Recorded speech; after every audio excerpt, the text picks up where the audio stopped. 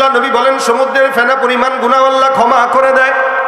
আমার আল্লাহ ডাক দেয়া বলেন ইস্তিগফার আর তাওবা, দুইটা জিনিস বান্দা যদি করে আল্লাহ পাক রব্বুল আলামিন বলেন এই দুইটা জিনিসের কারণে আল্লাহ পাক বান্দাকে যত নেয়ামতের কল্যাণ দরকার, যত কল্যাণ আর নেয়ামত দরকার, সমস্ত কল্যাণ আর নেয়ামত ওই বান্দাকে আল্লাহ পাক দান করেন।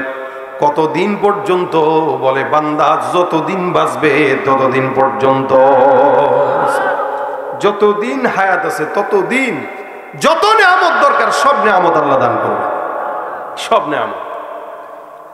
রাসূল করিম সাল্লাল্লাহু আলাইহি ওয়াসাল্লাম হাদিসের ভিতরে বর্ণনা করেন, বনি ইসরাইলের একজন আল্লাহর বান্দা, বহু আগের জামানার লোক, ওই আল্লাহর বান্দাটা একটা নয় দুইটা নয় 99টা হত্যা করলো, খুন করলো। এই 99টা খুন করার পরে আল্লাহর বান্দার দিলটার মধ্যে এখন আল্লাহর জন্য একটু ভয় ঢুকে গেছে। এতগুলা অন্যায় করলাম, মালিক আল্লাহুম্মা সাল্লি আলা মুহাম্মাদ ওয়া আলা আলি মুহাম্মাদ কামা সাল্লাইতা আলা ইব্রাহিম ওয়া আলা আলি ইব্রাহিম ইন্নাকা হামিদুম মাজিদ। আল্লাহুম্মা বারিক আলা মুহাম্মাদ ওয়া আলা আলি মুহাম্মাদ কামা বারাকতা আলা ইব্রাহিম ওয়া আলা আলি ইব্রাহিম ইন্নাকা হামিদুম মাজিদ। আলহামদুলিল্লাহ, আল্লাহ পাক রব্বুল আলামিনের দরবারে লাখো কোটি শুকর ও সুজুদ যে রব্বুল আলামিন আজকের এই চরপৌলি কবরস্থান সংলগ্ন হাফিজিয়া মাদ্রাসার উন্নয়ন কল্পে 26তম বার্ষিক ওয়াজ মাহফিলে আসার বসার তৌফিক এনায়েত করেছেন। কালিমাতুশ শুকর আদায় করি, জবান খুলে সকলে বলি আলহামদুলিল্লাহ। আল্লাহ পাক যদি তৌফিক এনায়েত করেন মুখতাসার সময় আপনাদের সামনে দু চারটা কথা বলবো। এই কথায় আল্লাহ পাক বরকত দান করুক, আমলের নিয়তে বলার এবং শোনার তৌফিক দান করুক, বলেন আমিন। এই পাশের চিল্লাচিল্লিগুলো বন্ধ না করলে মুশকিল। কি সমস্যা?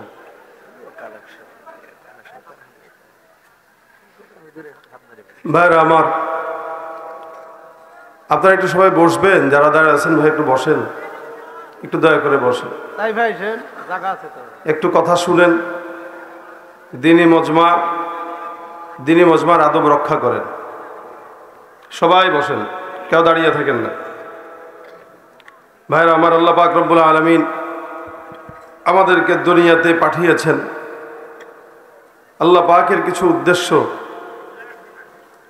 আজকের প্রোগ্রাম আপনারা আয়োজন করেছেন যেরকম উদ্দেশ্য আছে, এই উদ্দেশ্যহীনভাবে মানুষ কোনো কিছু করে না। যেমন আল্লাহ পাক রব্বুল আলামিন উদ্দেশ্যহীনভাবে আল্লাহ পাকের বান্দাকে পাঠান নাই। এজন্য আল্লাহ পাক রব্বুল আলামিন বলেন, মা খালাকতুল জিন্না ওয়াল ইনসা ইল্লা লিয়াবুদুন। একমাত্র আল্লাহ পাক বান্দার প্রেরণ করার মূল উদ্দেশ্য হচ্ছে আল্লাহ পাকের গোলামি, দাসত্ব, গোলামি, ইবাদত। এটা আল্লাহ পাক রব্বুল আলামিনের জন্য বান্দা করবে।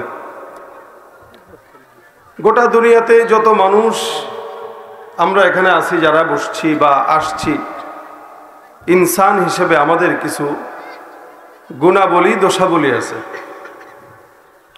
আমি যদি আপনাদেরকে প্রশ্ন করি, ভাই এখানে যতগুলো মানুষ আছেন একটু বলেন তো, এই দুনিয়াতে আজ পর্যন্ত এরকম কেউ কে আছেন যে কোনোদিন কোনো গুনাহ করেননি? হাতটা তুলবেন, আছেন কেউ? কেউ কোনো গুনাহ করি নেই, মানে আমি আমার এই জীবনে কোনোদিন গুনাহ করি নেই, এই টাইপের কথা বলনেওয়ালার মতো লোক সমাজে নেই। প্রত্যেকটা বান্দা গুনাহগার। এই বাংলাদেশ হোক, গোটা বিশ্ব হোক, প্রত্যেকটা বান্দা গুনাহগার। বান্দার কাজ গুনাহ করা, আর আল্লাহ পাক রব্বুল আলামিনের কাজ ক্ষমা করা। বান্দা কি করে? বলে গুনাহ। আল্লাহ পাক কি করে? ক্ষমা।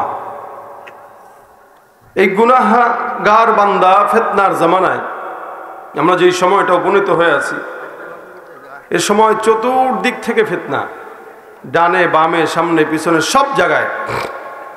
এই ফিতনার ভিতরে আল্লাহ পাক রব্বুল আলামিন বলেন, শেষ জামানায় এই ফিতনার ভিতরেও কেউ যদি গুনাহের সব বোঝা মাথায় নিয়েও আল্লাহ পাকের কাছে শব্দ একটা খালি উচ্চারণ করে আস্তাগফিরুল্লাহ, আল্লাহ পাক বলেন বান্দাকে দুনিয়াবি যত কল্যাণ দরকার সব কল্যাণ আমি দান করে দিই। সব কল্যাণ কে দান করেন? আল্লাহ। এই জন্য আল্লাহ বলেন ওয়া আনিস্তাগফিরু রাব্বাকুম সুম্মা তুবু ইলাইহি ওয়া আনিস্তাগফিরু রাব্বাকুম সুম্মা তুবু ইলাইহি ইউমাত্তিউকুম মাতাআন হাসানান ইলা আজালিম মুসাম্মা। আমার আল্লাহ পাক রব্বুল আলামিন বলেন গোটা জমিনে যত বান্দা, সব বান্দারা গুনাহগার। নবীদেরকে আমি আল্লাহ পাক মাসুম বানিয়েছি। নবীরা আদম থেকে মুহাম্মদুর রাসূলুল্লাহ পর্যন্ত প্রত্যেকটা নবী মাসুম। সাহাবা আজমাইনদেরকে আল্লাহ পাক রব্বুল আলামিন মাফ করে দিবেন, কারণ আল্লাহ পাক বলেন রাদিয়াল্লাহু আনহুম ওয়া রাদু আন, এরাও আল্লাহর উপর সন্তুষ্ট, আমার আল্লাহও তাদের উপরে সন্তুষ্ট। যারা আল্লাহ পাকের উপরে সন্তুষ্ট, আবার আল্লাহ যাদের উপরে সন্তুষ্ট, ওই বান্দাদের জন্য আল্লাহ পাক রব্বুল আলামিন জান্নাত নির্দিষ্ট করে রেখেছেন। মুসলমান ভাইরা আমার, আল্লাহ পাক রব্বুল আলামিন এই কারণে বলেন মুসলমান, গোটা জমিনে যেই বান্দারা যত আগে চলে গেছে ওই বান্দারা আল্লাহ পাকের তত নিকটবর্তী আর জান্নাতের নিকটবর্তী। আমার আল্লাহ ডাক দেয়া বলেন ওয়াস-সাবিকুন আস-সাবিকুন উলাইকাল মুকাররাবুন ওয়াস-সাবিকুন আস-সাবিকুন উলাইকাল মুকাররাবুন ফি জান্নাতিন নাঈম সুল্লাতুম মিনাল আউয়ালিন ওয়া কলিলুম মিনাল আখিরিন। আল্লাহ পাক রব্বুল আলামিন বলেন জামানা যত অতীতে চলে যাবে মানুষগুলো তত আল্লাহর জান্নাতি হয়ে যাবে। জামানা যত পয়গম্বরের নিকটে মানুষ তত আল্লাহ পাকের জান্নাতের নিকটে। জামানা যত আমার নবীর থেকে পিছনে মানুষ তত আল্লাহর জান্নাত থেকে পিছনে। আজ থেকে 50 বছর আগে 100 বছর আগে জামানায় যেই গুনাহ মানুষ কল্পনাও করে নাই, ওই গুনাহ এখন আপনার আমার বাচ্চারা পর্যন্ত পকেটের মধ্যে নিয়ে ঘুরে। যেই কল্পনা আমাদের বাপদাদারাও করে নাই, ওই গুনাহ এখন আমাদের সমাজের ভিতরে সংগঠিত হয়। এ মুসলমান, এক সময় 30 বছর 40 বছর 50 বছর আগে আমরা দেখতাম আমাদের এলাকায় কোনো মা বোনরা যখন বের হতো, ওই মা বোনরা কোনো পরপুরুষ যখন নজরের মধ্যে পড়তো, মা বোনরা তাদের ওড়নাটাকে ঘুমটাটাকে পর্যন্ত দিয়া কোনো অথবা গাছ অথবা কোনো বিল্ডিং এর আড়ালে যায় লুকায় যেত, যেন পর্দার বরখেলাপ না হয়। এক সময় আমাদের মা বোনদেরকে আমরা দেখতাম পুরুষের পরপুরুষের নজর থেকে বাঁচার জন্য এমন ভাবে বোরকা পড়তো, বোরকার ভিতরে 3-4টা পরিমাণ সেলাই আছে, এমন জায়গায় জায়গায় আবার ফারাজ ছিটাও দেখা যেত। ভিতরে সুন্দরী রমণী বসবাস করত, উপরে বোরকা দেখলে বোঝাই যেত না ভিতরে যুবতী নারী নাকি মুরব্বী মহিলা। মানুষের নজর থেকে বাঁচার জন্য এই ঘরের আড়ালে ওই ঘরের আড়ালে গাছের আড়ালে অথবা যে কোনো জিনিসের আড়ালে ঢুকাইতো। আর বর্তমান সময়ে মা বোনদেরকে পর্দার কথা বললেই তাদের মাথা ব্যথা শুরু হয়ে যায়। বর্তমান সময়ে নারীরা কিছু তো ভালো আলহামদুলিল্লাহ আছেই, তবে অধিকাংশ যদিও ওড়নাটা বুকের মধ্যে থাকে, দেখবেন পরপুরুষ দেখলে ওড়নাটাকে একবার সরায় দ্বিতীয়বার দেখা দেয়। এই হলো জামানার ফিতনার হালত। এক সময় আমরা আমাদের মা বাবাদেরকে দেখতাম সকালবেলা কোনোদিন ফজরের নামাজের পর তেলাওয়াত না করে ঘরের কোনো কাজে হাত দিত না। সকালবেলা ফজরের নামাজের পর সূরা ইয়াসিনের তেলাওয়াত, বিকেলবেলা মাগরিবের পরে সূরা ওয়াকিয়ার তেলাওয়াত, রাত্রিবেলা ইশার নামাজের পরে ঘুমের আগে সূরা মুলকের তেলাওয়াত না করে কোনোদিন বিছানায় যেত না। আর বর্তমান সময়ে কোরআনটা ঘরের মধ্যে ঝুলন্ত থাকে, কিন্তু তেলাওয়াত করার কোনো মানুষ নাই। আবার মুসলমান দাবি করে রোজা রাখে না, ইমানদার না। মুসলমান দাবি করে রমজান আসলে সারাদিন খেয়ে দিয়ে বেড়ায়, দোকানপাট গুলার মধ্যে পর্দা লাগায় তারপরে ভিতরে চা আর নাস্তা করে, আছে না নাই? পর্দা নাই, পশিদা নাই, নামাজ নাই, রোজা নাই, ইমান নাই। আল্লাহ পাক রব্বুল আলামিন বলেন ওয়ামিনান নাসি মান ইয়াকুলু আমান্না বিল্লাহি ওয়া বিল ইয়াউমিল আখির ওয়া মা হুম বিমুমিনিন। মানুষের ভিতরে একদল থাকবে যারা নিজেদেরকে মুমিন দাবি করবে।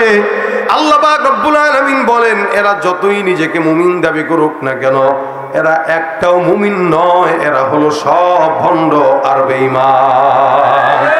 তুমি রমজান এলে রাখো না রোজা, দিনকে করো আঘাত, পয়সা কড়ির নেই তো অভাব, দাও না তো যাকাত।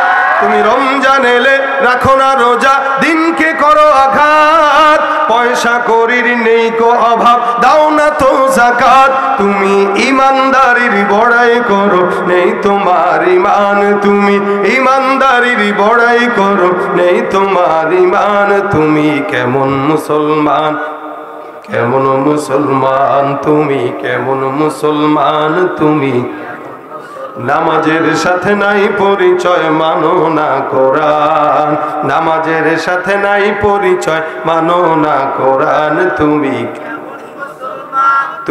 কেমন মুসলমান, তুমি সুদের টাকায় প্রাসাদ গড়ো, ঘুষ ছাড়ো না, দিন দুঃখী না খেয়ে মরে খবর রাখো না। সুদের টাকায় প্রাসাদে গড়ো, ঘুষ ছাড়ো না, দিন দুঃখী না খেয়ে মরে খবর রাখো না।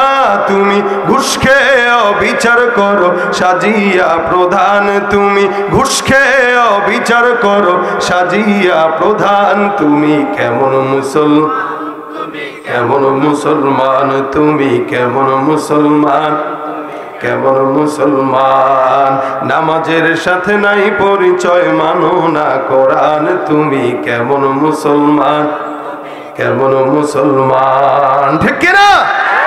মুসলমান যারা দাবি করে নামাজ পড়ে না, রোজা রাখে না, যাকাত দেয় না, ঘুষের টাকা খায়, সুদের টাকা দিয়া বিল্ডিং করে, গাড়ি কিনে, এগুলা একটাও মুসলমান নয়, সব ভণ্ড বেঈমান, ঠিক কিনা? এ মুসলমান আল্লাহ পাক রব্বুল আলামিন কয়, এই জন্য রসুলের জামানার নিকটে যে ব্যক্তি, সে আল্লাহর জান্নাতের নিকটে, আর যে ব্যক্তি নবীর থেকে পিছনে, সে ব্যক্তি আল্লাহর জান্নাত থেকে পিছনে, এমনকি আল্লাহর থেকেও পিছনে। আজকে যেই লোকটা জন্মগ্রহণ করলো, গতকালকের সন্তানটা আজকের জন্মগ্রহণ করা সন্তান থেকে একদিন হলেও নবীর নিকটে, 10 দিন আগে যেই সন্তানটা জন্মগ্রহণ করলো, আজকের জন্মগ্রহণ করা সন্তান থেকে 10 দিন আগের সন্তানটাও 10 দিন হলেও আমার নবীর নিকটে। যে যত বেশি নবীর নিকটে, সে তত বেশি আল্লাহর নিকটে, জান্নাতের নিকটে। ফিতনা তত বাড়বে যত জামানা সামনে আগাবে। নবী বলেন, শেষ জামানায় এমন ফিতনা হবে, ইসলামের ভিতরেও ফিতনা ঢুকে যাবে। এজন্য মানুষ দেখেন এখন বোরকাকে ফিতনা বানায় নিছে এখন, অথচ বোরকাটা ইসলামের একটা বিধান, পর্দা করা ইসলামের ফরজ বিধান। এই পর্দার উপরে শয়তান সওয়ার হয়ে এখন মহিলাদেরকে বোরকা পরায়, এমন বোরকা পরে যে বোরকা দেখলে আরো যুবকেরা পাগল হয়। ইসলামের বেশে ফিতনা আসছে, দাড়ি টুপির বেশে ফিতনা আসছে, মাহফিলের বেশেও ফিতনা আসছে। মাহফিল হয় ঠিক, মাহফিলগুলো হেদায়েতের রাস্তা নাই। যারা করে, যারা আসে, যারা শুনে, আগের দিন যেমন ছিল পরের দিন তেমন। আগে মানুষ মাহফিল শুনতে আসতো, মাহফিল থেকে হেদায়েত নিয়ে বাড়িতে যাইতো। আর এখন মাহফিল শুনতে আসে, আগের দিনও সন্ত্রাস, পরের দিনও সন্ত্রাস, ঠিক কিনা? এইগুলো সব এখন দিনের কাজগুলো দুনিয়ার কাজ হয়ে গেছে। এই জন্য আল্লাহ বলেন, শেষ জামানায় নবী বলেন, আগুনের অঙ্গার হাতের ভিতরে নেওয়া যতটা কঠিন, ঠিক তার চাইতেও বেশি কঠিন হবে বান্দার ঈমান হাতের মধ্যে, দিলের মধ্যে রাখা। সকালবেলা একজন বান্দা থাকবে ঈমানদার, বিকেলবেলা হবে কাফের, বিকেলবেলা থাকবে ঈমানদার, সকালবেলা থাকবে হয়ে যাবে কাফের। এই শেষ জামানার ফিতনার ভিতরে আল্লাহ পাক রব্বুল আলামিন বলেন, গুনাহ যদি হয়ে যায়, প্রত্যেকটা বান্দা গুনাহ হওয়ার পরও যদি একটা শব্দ বলে আস্তাগফিরুল্লাহ, আল্লাহর নবী সাল্লাল্লাহু আলাইহি ওয়াসাল্লাম বলেন, কেউ যদি গুনাহের বোঝা মাথায় নিয়ে একবারের জন্য পড়ে ইস্তেগফার, নবী বলেন সমুদ্রের ফেনা পরিমাণ গুনাহ থাকলেও আমার আল্লাহ বান্দাকে ক্ষমা করে দেয়। বলেন না আস্তাগফিরুল্লাহ। একবার যদি কেউ পড়ে